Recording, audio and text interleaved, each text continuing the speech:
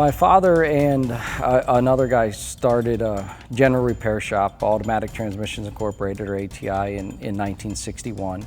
And drag racing wasn't how it started, or racing wasn't. It started with a big customer called Yellow Taxi Cab. We were in Silver Spring near Washington, D.C. This is all before my time. You know, NHRA came along, racing came along. It wasn't too many years later that everything kind of caught up and guys all of a sudden wanted their bracket cars to go faster. I really grew up at ATI, learning a little bit of everything, not everything about all of it, but a little bit of everything, and really had my hands involved in all of it. I was taking apart valve bodies and transmissions, you know, when I was 7 years old. So when I was about 12, we started go-kart racing. He'd already been drag racing and providing parts and doing anything for 25 years. So he might have been a little burned out at the time. So we decided to go go-kart racing. Then we went circle track racing and spec chassis trucks and the ASA circle track series. It all comes back to drag racing. Drag racing is what we were founded on. Drag racing is our company, and that is the core of our business, is drag racing and high performance.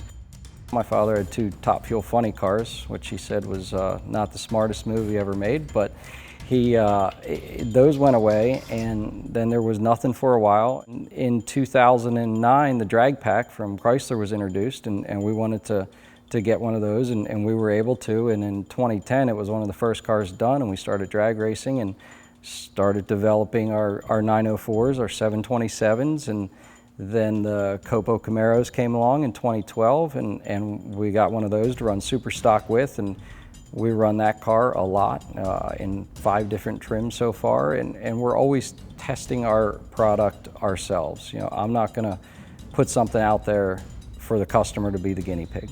So that's why we have these cars. They're tools for us, and that's how we really rely on making our parts better for the customer. So horsepower became fairly cheap and fairly easy to get, and RPM. Some of the hardest two things for us from dampers, transmission, converters is a lot of horsepower, a lot of weight, and then not a lot of gear, and a sticky tire. So as tire technology changed and everything got sticky, you know, there was a pretty long lull of horsepower, and then all of a sudden 1,000 horsepower is commonplace. 1,500 horsepower is commonplace. 1,000 shot of nitrous.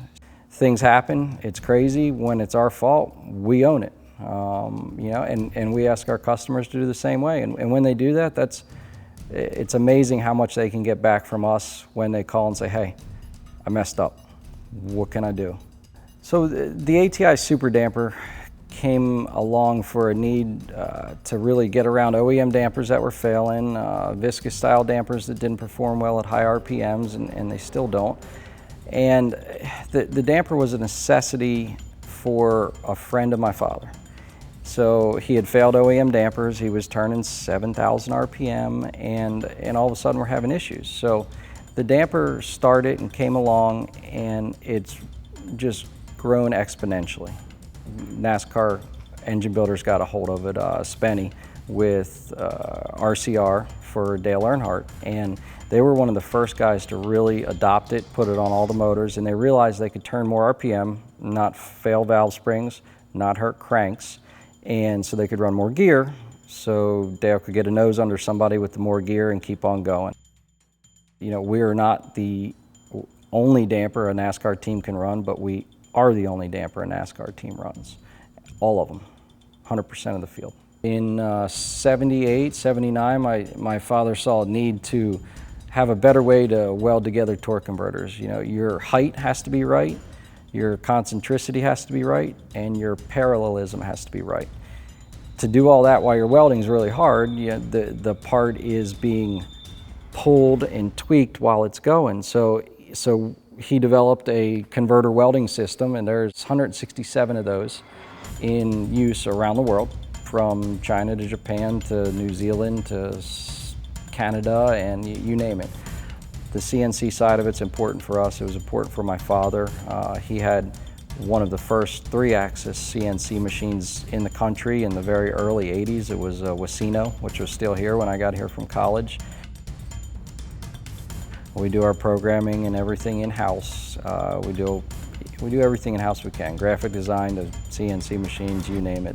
My mom claims she's going to retire at some point. We'll see, but she's here every day. My wife's here.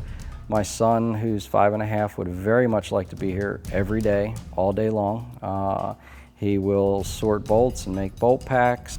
As far as I can tell, he's pot committed, which is good for me.